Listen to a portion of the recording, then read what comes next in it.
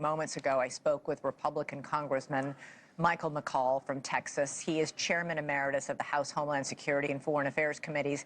He told me he also does not think that an Iranian attack on the United States was imminent and that American boots on the ground will require congressional approval. Chairman McCaul, first I'd like you to react to this announcement today from the head of the National Counterterrorism Center. He said he's resigning over the Iran war. Joe Kent said in a statement that Iran posed no imminent threat to our nation. What's your reaction to that?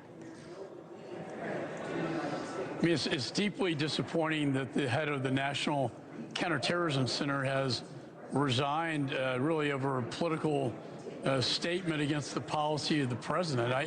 I disagree with his assessment. I think Iran has been a imminent threat since 1979, and we do know that currently they were rebuilding their nuclear capabilities. They do have enough enriched uranium to deliver a dirty bomb to Israel with their ballistic missiles and other countries in the region. So I think this is an ideological split, perhaps, within my party, taking the side against the president, unfortunately.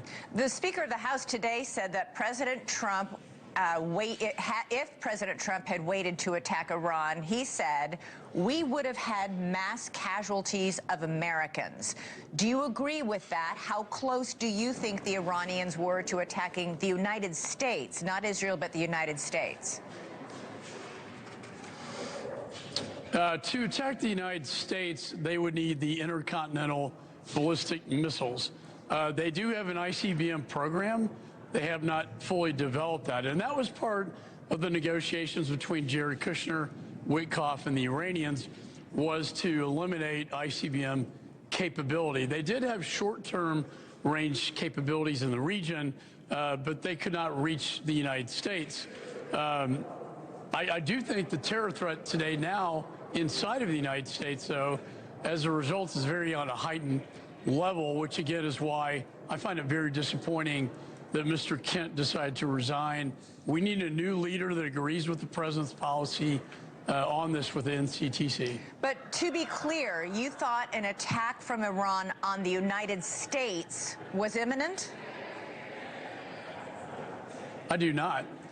I think that the ICBM capability would be an imminent threat to the United States, but they have not developed that capability. That's something they've been working on. Right. They do have the ballistic missiles that they've fired that they could deliver a dirty bomb to, but they didn't have the ICBM capabilities developed. Not to say, though, that Iran's not going to try to inspire attacks against Americans in the United States. We've seen that happen now over 4 times now, including my hometown of Austin. But if an attack on the United States was not imminent, why did this war need to happen now? I think because Iran has been a long-term threat in the region. And if we want normalization, if we just shift, I mean, first of all, the military has done a phenomenal job. They're close to achieving their objective. We're probably weeks away from that. I think the president did both the next generation and future generations a huge favor by eliminating this threat once and for all. The president also said today that he was not afraid of sending ground troops to Iran. We would need ground troops in Iran in order to do 2 things that the president has publicly talked about potentially doing. One is taking over Karg Island, where 90% of Iranian oil is processed.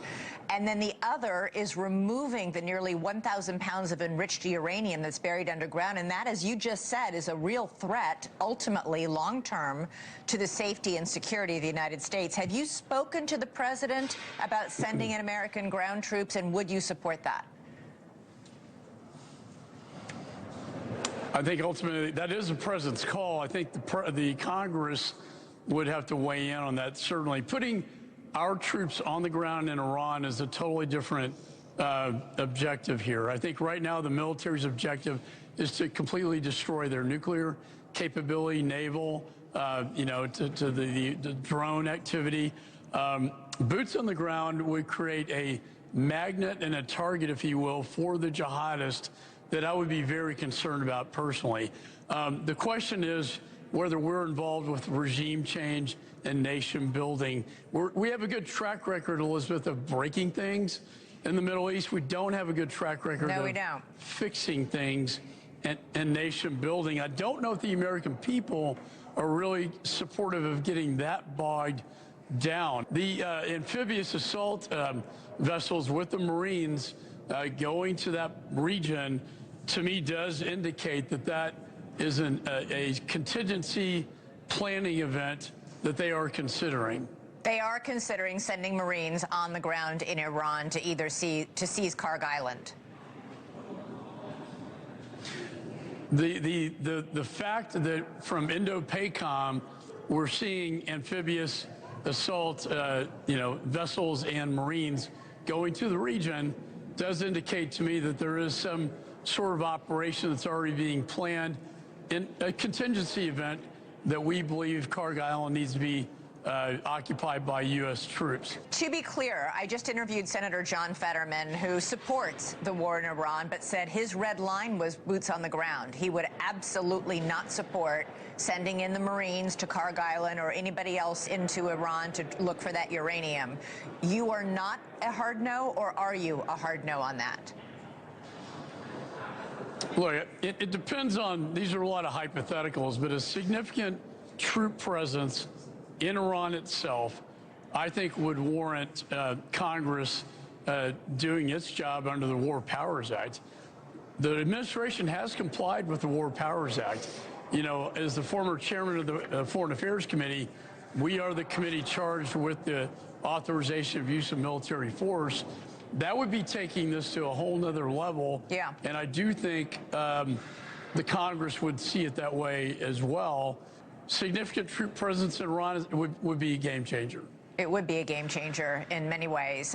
Chairman Michael McCaul, really appreciate you coming on the show. Thank you so much.